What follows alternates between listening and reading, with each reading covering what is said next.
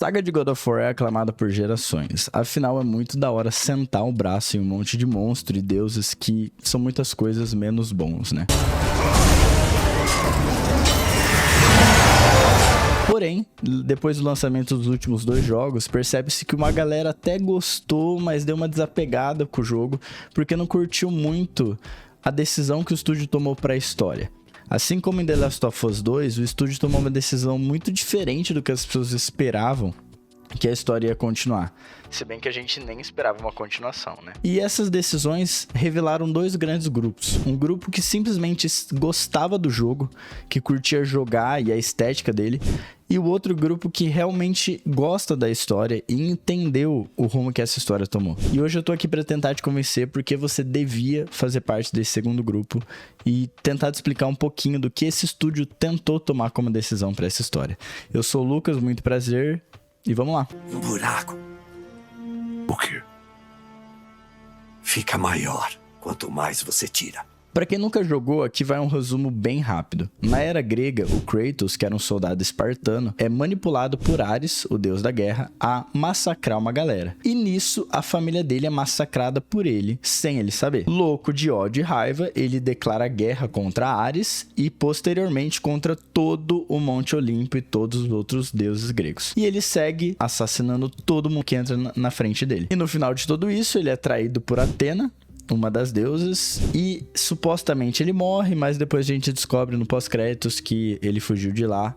E a partir daí, o jogo dá um gap de 5 anos até o lançamento do God of War 2018, que conta a história de Kratos agora na era nórdica. Nessa nova saga, a gente vê um Kratos muito mais manso, muito mais tranquilo, porque agora ele tem uma família. Sabe aquele cara que sai da cidade e vai morar no campo? É a mesma ideia. Agora ele tem uma família, ele tem um filho, ele tá bem mais velho. E a gente vê um Kratos muito mais gente boa, meio controlado com o seu ódio. Eu acredito que isso seja muito por conta do filho dele, que ele quer ser um exemplo pro filho dele, que ele não sabe ou não se esse filho herdou todo aquele ódio incontrolável que ele tem. E eu gostei muito da decisão desse estúdio, que God of War deixou de ser um jogo simplesmente de estética brutal para contar uma história profunda de um homem evoluindo, de um homem crescendo, de um homem que percebeu que toda aquela fúria descontrolada dele não levou ele a nada.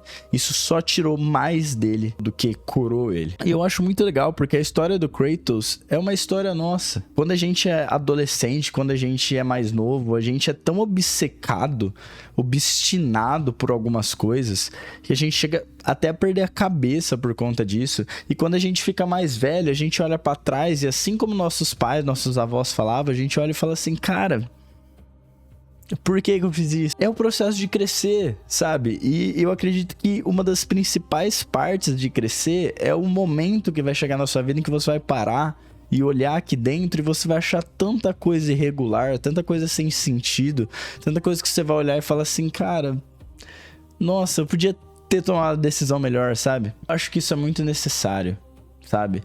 Porque um dos sentimentos que eu acredito ser o mais perigoso pra nós é a exaustão.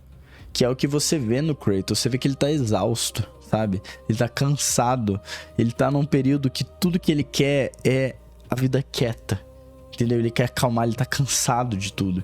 E é muito perigoso, porque a nossa geração é tão obstinada a ser alguém, a ter algo, e quando a gente percebe que a realidade é muito diferente do esperado, a gente percebe que esses sentimentos mais tiraram da gente, mais deixaram a gente exausto do que tornaram a gente alguma coisa. Eu não tô falando que não é pra gente ser obstinado, é pra gente ter uma obsessão, um objetivo, porém, esse sentimento descontrolado vai mais te matar do que te ajudar, cara.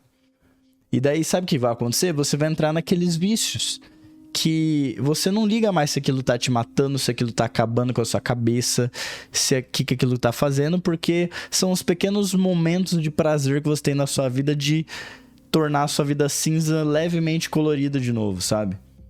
E o Kratos, nessa história, além de passar por todo esse sentimento acumulado dentro dele, agora ele tem um grande desafio de criar um filho, né? Que, apesar de ser muito gratificante, eu imagino, né? Porque eu não tenho filho, mas é um desafio imenso, né? E esse moleque ainda tá na adolescência e ele é um saco. O God of War não é mais sobre a estética de um jogo brutal, é sobre alguém que tá crescendo. Aí você pode falar, cara, mas o Kratos já é velho. Deixa eu te contar uma coisa, os seus pais também estão crescendo, tá? Assim como você, aos 20 e poucos anos, vai virar uma chavinha, que deve virar, né, pelo amor de Deus, de você entender um pouco de si mesmo e começar a ajeitar a sua vida, os seus pais também estão passando por isso em uma fase diferente da vida deles. Então o que eu posso dizer que eu aprendi muito com God of War, além dessa história sobre os sentimentos que eu acabei de falar, é que, cara, vive, sabe? Não deixa de parar um pouco, olhar para aquilo que tá acontecendo aqui dentro e tentar entender, sabe? Se você precisar de ajuda, busca ajuda, mas, cara, para um pouco, sabe? Às vezes você tá seguindo tão de uma cabeça cheia atrás de uma coisa, você vai tá ficando cego por aquilo, e isso vai te deixar louco, e você vai parar no momento em que você se encontra exausto de tudo e simplesmente sem objetivo nenhum mais. E se alguém virar pra você e falar assim, cara, e aquilo que você tava buscando? Você nem sabe por que você estava atrás daquilo. E no final da história de God of War, nós vemos um homem chorando. Um homem chorando de soluçar. E se tem alguém aqui que é homem, cara, você vai me entender. Se você vê um homem chorando de soluçar, é porque aquilo tá doendo muito. Muito, sabe? E é muito da hora de ver, no final de tudo isso, ele olhando para um desenho e vendo que o futuro dele é paz.